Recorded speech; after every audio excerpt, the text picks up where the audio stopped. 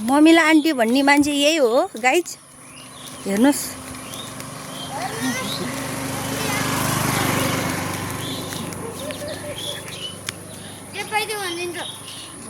जे पाइ त्यो भन्छ होला मम्मी हेर्नुस् गाइजहरु हामीले एक डोको घाँस काटेका छौं एउटा मान्छे चाहिँ घाँस नकाटेर भिडियो खिच्ने मान्छे चाहिँ यही हो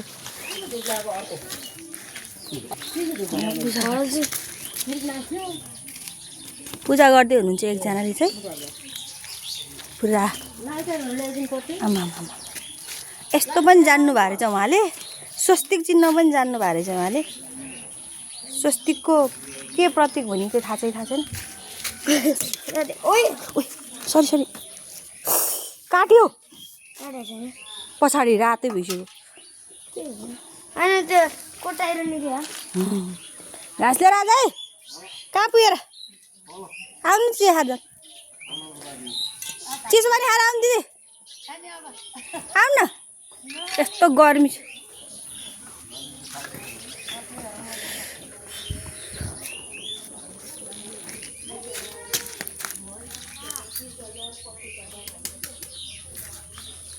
नरियल चाहिँ कहाँबाट लिएर ओइ भाउजी कहाँबाट ल्याएर नरियल वहीँ पुगेर खै धुप लिएर आइदिउँ ए सानो मुठावाला धुप ल्याए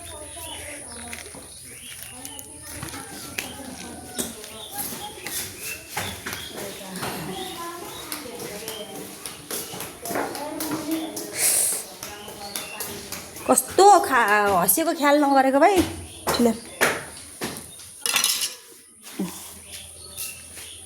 ल बाबा हेर्नु यहाँ छोरीले काम गर्दैन भने हैन एक डोको घाँस काटे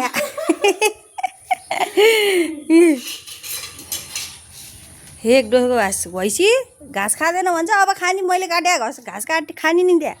है भैँसी यो चाहिँ बाबु हो कि नानी हो यो पाडा हो कि पाडी यो पाडा हो कि पाडी अरे ठुले आमा पाडी रे ए ल कति राम्रो रहेछ पाडी पाएछ हाम्रो भैँसी उहाँ नै हो कालीलाई माम खाऊ है माम होइन भयो ऊ घाँस खाऊ है ल बुबु राम्रोसँग देऊ है अनि छोरीले नि माम बुबु खाऊ भैँसीले राम्रोसँग बुबु देऊ है हामीलाई हस् भन हुन्छ भन ओहो हल्लाएर ज्यान हल्लाए भैँसी अले ओ भैँसी कालु आमै कान हल्लाए कालुले ल घाँस खाने राम्रोसँग